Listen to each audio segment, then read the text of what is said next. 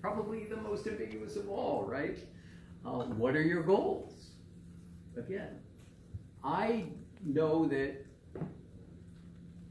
if you're navigating this admissions process, you must have goals. So don't tell me you have none. And I also am very well aware that your goals today might be very different than your goals 10 years from now, because it's going to be shaped by your experience. So it's okay to have humble goals. On the other hand, if you have goals that seem so pie in the sky with no good reason for that, just because you thought it would sound good, then that's going to also be a little bit of a red flag. But be mindful of that.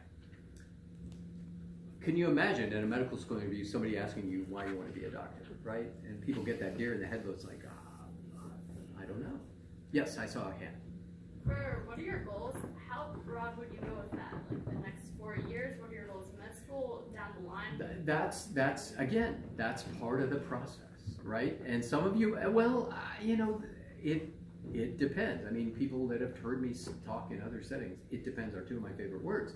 So some of it may be being confident enough to say, help me clarify that question a little bit. Are you talking about my goals after medical school? My goal in 10 years? My goals before retirement? I think, you know, that's the difference in somebody who's prepared and confident and somebody who says, I don't know, you know, or sits there and can't answer any question at all. So these are ambiguous enough to give you the leeway to take charge of the question. So these questions can be a problem if you've not thought about them. Again, there are some right answers. If somebody asks you why you want to be a doctor, healthcare professional, what's kind of always the right answer?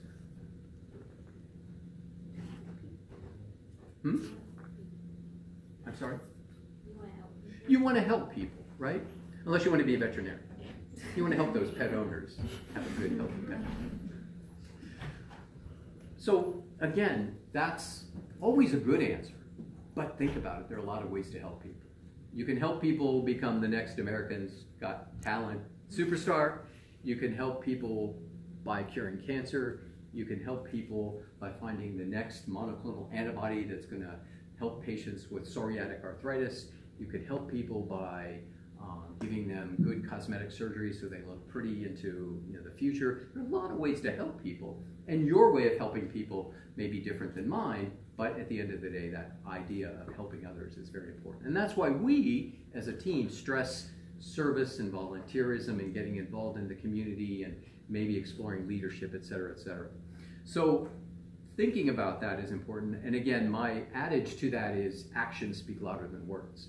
So you've got to back up those reasons with some experience. I know I would be good at this because these are the things I've done that display I have these qualities. And I've tried on some things to know that this is what I really want to do. So think about these things. And again, you don't want the first time you're articulating that kind of an answer to be in front of that person at the interview table. So talk about it with your family, your friends, a trusted colleague. Certainly, again, we'll have opportunities to give you some practice too. Medically related questions. So what do you think about stem cell research? And maybe honestly, you never thought about it. And if that's the answer, why make it up? What would you do if a patient asked you to do a legal procedure that you do not feel comfortable doing? What would you do?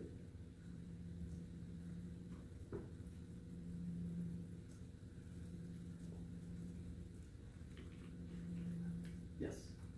Well, I would explain why I was not comfortable doing it and possibly refer them to another physician and believe that would be okay doing it. Okay. So you would certainly try to help that patient, right? This is one of these questions that you can read a lot or a little into. In my mind, somebody might come to me. I'm licensed to practice medicine and surgery in the state of Georgia, and they might come and ask me to take out their appendix. And while I might be licensed to do that, I'm probably not the person that they want to be having their appendix taken out by. So I don't abandon the patient. I don't tell them to get out of my office. I don't scream away. I don't ignore them, but I certainly might find somebody that can help them and make sure that they are taken care of So try to think about the fact that these kinds of ethically related medical questions might enter your sphere. And again, everybody knows you're an applicant to medical school. You're not yet there, so nobody expects you to know all the nuances of the medicine. But sometimes these questions come up. So, you know, there are a lot of topics that could be out there, especially in the realm of ethics. Mainly, I think, because, again, it gets back to that point of there's no right answer, and it's more about how you got to an answer and the kind of thinking you've gone through and the reasoning you've gone through than the actual answer you've given. Academic questions, believe it or not, you're entering an academic realm. So how did you prep for the MCAT? How many hours a day do you study? How did you choose your major? These are the kinds of questions that are fair game. Pretty much anything that you put in your application and that you disclose is available for discussion. And be mindful of where the chinks in your armor are. Where did you have a troublesome semester? Did you have a slow start? Did you have a trouble transitioning from Oxford to main campus, et cetera, et cetera? And again, being honest, being humble, being prepared is the way to address this, not ignore it or think, oh, it's just never going to come up. So think about those things. Don't make excuses, but be ready to explain. Social questions. Tell me about your leadership skills. Have you ever had trouble participating in a group activity?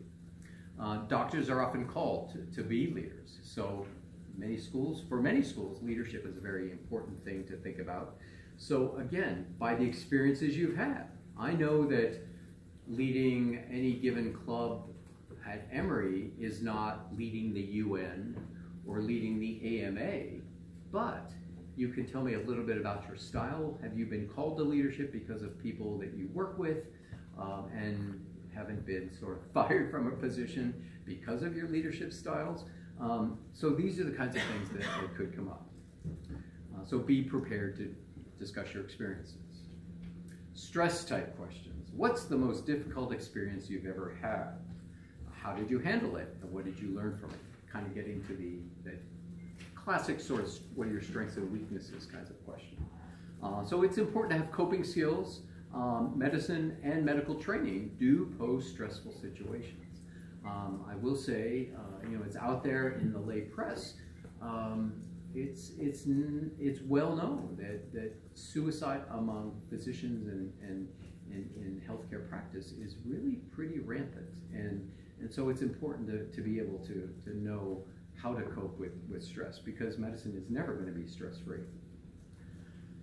So this would never happen at Emory, that, you know, stress would be introduced into the interview itself, but I hear that happens at other schools.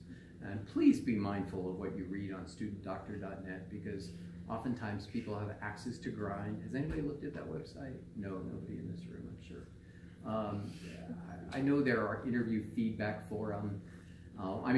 Believe me, when I was admissions dean at 2 different medical schools, I regularly looked at those to make sure that my committee was not doing things I didn't want to expect them to do, or were doing things that I didn't expect them to do. So keep that in mind. And stress is in the eye of the beholder, right? I do know, again, this is an inherently stressful experience, so you just have to be somewhat balanced by it. Problem situations, maybe scenarios will come up. Your 14-year-old female patient wants to take birth control pills and doesn't want her mom to know. What do you do? Your 65-year-old patient has just been diagnosed with a sexually transmitted disease, but he doesn't want you to tell his wife. What would you do? So, you know, again, these are just 2 examples. There are countless scenarios that could be out there. And these are actually some of the kinds of things that might be included in MMI stations, where you read a card or a piece of paper that's hanging on the door, and you might have 2 minutes to read it and prepare, and then you walk into the room and somebody like in Mole is sitting across the desk just nodding at you. And you're like, oh, did I tell her enough? Did I tell her enough? And she is there to listen, just to hear you reason out this kind of a question. So these kinds of things are the kinds of things you might think about at least being comfortable with how you might address them. Doctors should not only be knowledgeable, but compassionate, empathetic, and objective. Again, patients come to us seeking help, And maybe there's something we feel differently about. We feel differently if we were in that situation, or if our parents or if our siblings were in that situation, but it's really not about me. It's serving those that come to me. Personality-oriented questions. What would your mom, dad, best friend, siblings say about you? Maybe you know, and maybe you don't. Strengths and weaknesses often come up. What 4 people would you invite to a dinner party? That's a fun question. It's great to get the answers, because sometimes you get a sense for the kinds of values and interests somebody might have. And sometimes they'll say, maybe even from history or ancient history or present day, who would you invite to have dinner with? And I think that's kind of a fun question. So again, no one correct answer for any of these kinds of questions, but just know that these kinds of things are the kinds of things that come up. Has anybody heard me yet ask about the Krebs cycle? No, it's probably not going to be there.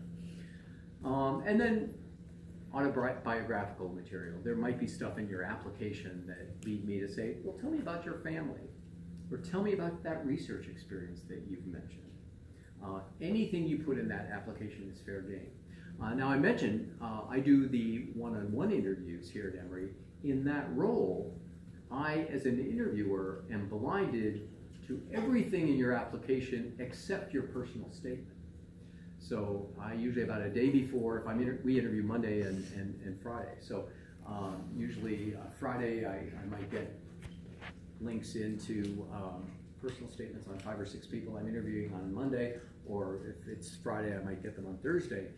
And depending on what's in that, was it 5,300 character limit personal statement, I might know that you went to Emory, or I might not. I might know that you've been out of school for 5 years, or I might not. So literally, I might just say, tell me about where you grew up and how that shaped your experiences to come here today. And it's usually because I literally don't even know where you're from. That research experience, again, there might be a very nice outcome, like a first author paper in Nature or Science, but there might not be. I would venture to guess there more than likely might not be one of those kinds of papers, but I want to know what you learned in that research experience, what you got out of it. So it's less about having it on your list and more about what you took away from that experience and what you gave to that experience. And then miscellaneous questions. The whole, where you see yourself in 10 years. Most 5 years, that's easy, right? I'm going to be an intern somewhere. 4 years, I'm going to be graduating from medical school, hopefully, unless I do a combined degree program. 10 years gives you a little thought on, do I see myself in academics? Do I see myself in a postdoc position? Do I see myself doing clinical work? You might envision what you think your life was going to be like. And I can tell you, when I was in your shoes, and I wasn't quite sure where I was going, but based on experiences I had over 3 or 4 summers, I went to medical school planning to be an orthopedic surgeon, and I'm not. So it's okay to change your mind. Something that I learned long ago from a mentor was, you can plan, and I'm still a planner. I make lists, I check them twice, but sometimes you can't plan the results. So you have to be open to the experiences along the way to shape your path. Why do you want to come here to this school? And again, doing your homework. Well, it's because it's close to my family, or it's as far away as I could be from my family, or my best friend, is in a neighboring city, or it's because I really was intrigued by the research program here, because the project I have, we collaborated with your lab, and I heard a lot of great things about this school, or my best friend's cousin had care here and heard great things about this. So again, think about why you put these schools on your list, and certainly you usually have some time before interviewing to do a little bit of legwork and homework and typing around and looking on the internet to find out a little bit more about that school. Sometimes it gets a little tricky. Some people get concerned about some of these questions, like how many schools did you apply to? How many interviews, acceptances do you have? That isn't technically illegal, but I would say that most of us, and I do certainly try to steer away from those kinds of questions, but I've heard students come back, say they were asked those kinds of questions. So, yes? Can we counter question the question? Can we be like, that's a little ambiguous / danger zone and steer around the question? You may, But again, the answer is yes, but there may be consequences to that. You rather being vague, you might be more upfront and say, I really don't feel comfortable in answering that question, and you still may know that the consequences could be that somebody gets a bad taste in your mouth, but that's life. So there's never any guarantee. At the end of the day, any answer you have is the answer you have. And keep in mind, in these settings, it's humans interacting with humans. And another one of my adages is there are always three sides to the story: yours, mine, and the truth. And we each come with our own inherent biases about what we thought we said and what we thought we heard. It's one of those systems that's not perfect and completely objective, but it's also the system that we have. I will say, in defense of this process, if you look at the attrition from medical schools, it's less than 3%. So most people that go through the process, get in, get accepted, matriculate, do finish medical school. But we also probably have all had experiences with people we thought, how did that person become a doctor? Right? So to honestly answer your question, yes, you can. But just know that every answer you have is going to shape the impression you give on the person who's asked that question. Again, I personally see no reason why that's important in my personal experience, but I can't keep somebody from asking that question. Some schools might want to get a sense for how serious you are about going to a certain school. But again, that gets a little tricky when you're in that, because there's an inherent power imbalance, right? You as the applicant, the interviewer, interviewee are so much at a disadvantage than the interviewer has over your existence at that point. So you just have to be mindful of that and just try to be prepared. So be honest, because the truth doesn't change. That's the other thing, especially as committees meet and start talking and review files and compare interview notes. If you tell too many disparate stories and there isn't a consistent message there, it can sometimes come across as being dishonest. Most of these are not true illegal questions. Now, there are some illegal questions. Do you plan to get pregnant during medical school? That's egregious. I mean, if somebody says that to you, walk out and ask to talk to the admissions team. I mean, things like that. There are illegal things, but interviews, acceptances might not be so illegal. Ending questions. So what are you going to do if you don't get accepted this year? Again, probably everybody has that question themselves starting this process, but maybe don't want to acknowledge that, but you got to think about it. Can I answer any questions for you? So you're the applicant asking me. I'm asking you if you have any questions for me. Come prepared with questions. I want to know you're interested in coming to this school. And that could be anything from, I'm really curious about how many of your students do research in the summer? How many students go on into primary care? Try to ask a similar question of different people to see if you get consistent messages back from the students you interact with. That's important too. So you want to leave a lasting good impression and leave me believing that, knowing that maybe I had 9,000 applicants and maybe we interviewed 600 people and we only have room for maybe 140. That's sort of the Emory paradigm. I want to know that you want to be here. I don't want you to come across arrogant, like, well, I'd rather go somewhere else, but here I am. That's not going to leave a good lasting impression. So try to be interested. Competence without arrogance will serve you well. Has anybody ever heard that before? So you want to be prepared, self-assured, know what's in your application. When you think about this, you're submitting that AMCAS application in June, July, August, and you might not be interviewing until January, February. So go back and look at it, remind yourself what's in there. Now, it's one thing if you've had 12, 15 interviews and you're good at this, but especially if you're getting interviewed a little late in the process, remind yourself that what you put in that application. have at least one question. And again, there is value in trying to compare answers to the same question. And sometimes it's things like, do the students seem to enjoy their time together? What are the faculty-student experiences like? Certainly here at Emory, we do a lot of small group work, so those kinds of questions are often very, very typical questions. So if you think about being prepared, you've got to be comfortable speaking to a stranger.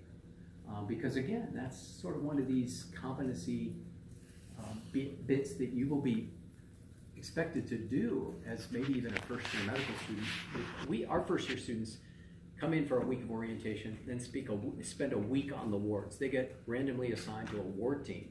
As a first-year, first-week medical student, they get put on a ward team. And they're talking to patients and talking to other doctors. And so you have to be comfortable with that. Be comfortable talking about yourself. Most of us feel kind of funny talking about ourselves. Think about these open-ended, unanswerable questions. Realize that it's not always the answer, but how you got there. Be honest, because the truth doesn't change. Review your application. Remember that you're the expert on your experiences. Don't puff them up into something they weren't, but being honest and humble about it is what's important. And think about current events. I could imagine somebody saying, well, if you had to prepare, a medical clinic that was going down to South Texas, who would you want on your team? Things like that. And you think about who would I want aside from maybe some other physicians. So things like that are topical, may come up in the conversation. Some things to do. Try to get a good night's sleep. You'll be nervous, no doubt. You might be sleeping on a couch or a fold-out bed or a futon at a medical student's humbly, sparsely furnished apartment, but try to get a good night's sleep. Be on time if you can. Dress the part. Wear a nice suit. I would say, there's the prototypical sort of dark suit. That's okay. Know yourself. Answer the questions honestly. Make some eye contact. And be polite without being obsequious. What's obsequious? Anybody know that word? Servile. Servile. Servile. That's a good word. That's a good synonym. Yes, I saw another hand. Oh, What were you going to say? excessive. Excessive, yeah. My favorite synonym for that is boot licking. So, I don't think people even know who they're going to be assigned to interview with, but, if somebody says, oh, I saw on the list I'm going to see Dr. Batisky, so they're going off to the restroom and Googling and say, oh, Dr. Batisky, I read that paper that you wrote on, using esmolol, and I just think that's the best thing I've ever read my whole life, and like, you don't even know what that is, so calm it down a little bit. So you want to be polite, again, to the interview, the staff you meet, the students you meet. Believe it or not, even if people don't have a vote at the committee level, we hear about who was nice and who was rude and who was maybe a little bit brusque and who maybe even was a slob at the student host's apartment. Those things come back and can make an impression. So you just want to be sure that you know that when you're there, you're a guest at somebody's home, at their school, and you want to be on your best behavior. Things not to do. Do not wear too much. I would say don't wear any perfume or cologne. I don't own a bottle of cologne. I think I have one bottle that I rarely use because in healthcare settings, especially hospitals and being around sick people, you don't want to come in and have somebody walk into your room, just completely doused in a noxious stimulus. Try not to be late. Try not to oversleep. Don't wear jeans, cutoffs, tube tops, flip-flops. Don't leave your cell phone on. Now, there are times, you're waiting on something very, very important. Your sister's getting ready to deliver her first baby, and you need to know, or but you don't want to be answering text messages or cell phone calls in the middle of an interview. Try not to bluff your way through. Again, this gets to being honest. Consider that the people that work in the office, don't consider that people who work in the office are not important. Again, the secretaries, the administrative assistants, when you're corresponding with email, making phone calls, sending in information, just be mindful of that. Now, couple links here. Let's see. This was something I saw, U.S. News, so it must be real, right? 3 common mistakes to avoid during medical school interviews. What do they say? Poor eye contact is a concern. Not being enthusiastic about being there, and being overconfident. So again, you think, okay, I need to be enthusiastic, but yet I don't need to be too confident. Well, striking the right balance is really what's key here. So again, we'll make these things available if you want to look at them in a little more detail.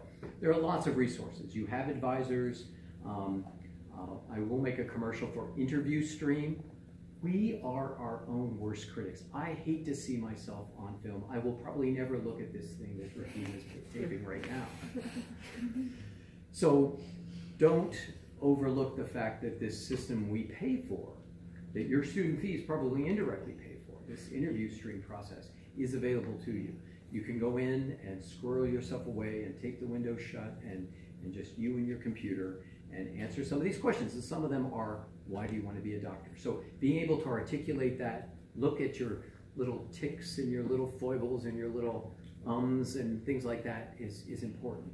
So we're always our own worst critics, so don't underestimate the value of that. Campus career centers can be helpful. Now we have taken on the interview prep from our own career center, and we also, in addition to Interview Stream, have a process to involve our emeritus faculty. And there is more information about that on our website. You'll be hearing about that as we move forward. We are having some MMI workshops coming up here in the very near future as well. There are a lot of websites that you can go to. Let's see what I embedded here, this YouTube video. I think it's probably a medical school admission video. Officers from around the country with us this evening. So this is from the AAMC. Now, I will say on the record that anything that comes from the AAMC is very legitimate. This is the oversight body, the Association of American Medical Colleges. They oversee all things related to the allopathic side of medicine. ACOMAS is involved with the osteopathic side, also very reputable. The things that come from these kinds of sources are useful to look at and valuable and much more important than things like studentdoctor.net. So certainly, and that's a hour-long plus presentation with tips from real interviewers. So if you need to hear from somebody else, please use that. The AAMC, and those of you that are in the admissions process know this website well. Aspiring Docs gives you lots of great tips. And again, diaries from Aspiring Docs on the interview. And then my former position, I was the admissions lead at Ohio State before I came here, and my successor, Dr. Quinn Capers, who's there now, who often comes to campus, also puts in a bunch of tips for interviews. So these are not local to us here at Emory. These are things that most schools are looking for: sitting up straight posture, making eye contact, etc., enthusiasm. So these are, again, going to be available to you to look for, and I wanted to be sure we had some time for questions. So that was a lot to cover. I hope we got through most of the things, if not everything. We were in Atlanta, so I was aiming for at least 97.3% totality. We may have gotten to 100%, but we might have had to drive an hour north of here. But are there any other questions that you'd like to talk about? We have a little bit of time left. Yes. You mentioned the question, what would you do if you don't get accepted? Are they looking for you to say, oh, I do this while I reapply? Or are they looking of if they're looking to know what you're going to do if you don't get accepted? But if your answer was that you wouldn't reapply, wouldn't that show that you don't have that much interest? Or I feel like that would have a negative backfire. Again, if that's the honest answer, knowing that there are consequences to every answer you give, so be it. So I talk to many people, okay? You all, some of you, others, Skype with people, and I've had people say, I might not be ready, but I need to try this, and if I don't get this year, I'm going to go do something else. And that's a valid answer. What's wrong with that if that's the honest answer? So you need to think about your situation and self-assess. Is this something I want so badly that I'm going to put my life on hold while doing this again, spending the time, the effort, the energy, the money to reapply? Or is this my chance to give it a shot, and if it doesn't work out, I'll go work at Taco Bell? I mean, I love Taco Bell at times, and I want to have somebody that's making sure the place is clean and making sure I get a good burrito supreme. So I don't see what I do as being any inherently better than somebody that serves me at a restaurant. That's my personal feeling. So we're all called to do different things. We have to look at our own strengths. So I think if the honest answer is, I wanted to try this, and if it doesn't work out, I'm going to do something else, there may be consequences to that. You're correct. But if that's the honest answer, that's the honest answer. You don't look settled with that answer, but all you can do is honestly answer for yourself, especially when by the time you're at an interview, you also spend a lot of time and effort to get to that point. Because again, people don't just randomly select people for interview, and not everybody gets interviewed. So if you've gone through the composite letter process for us, I know you've spent a lot of time filling out all of that stuff that goes into that process. You've sat down and typed it all into your AMCAS application. You've sent that off with a fee attached.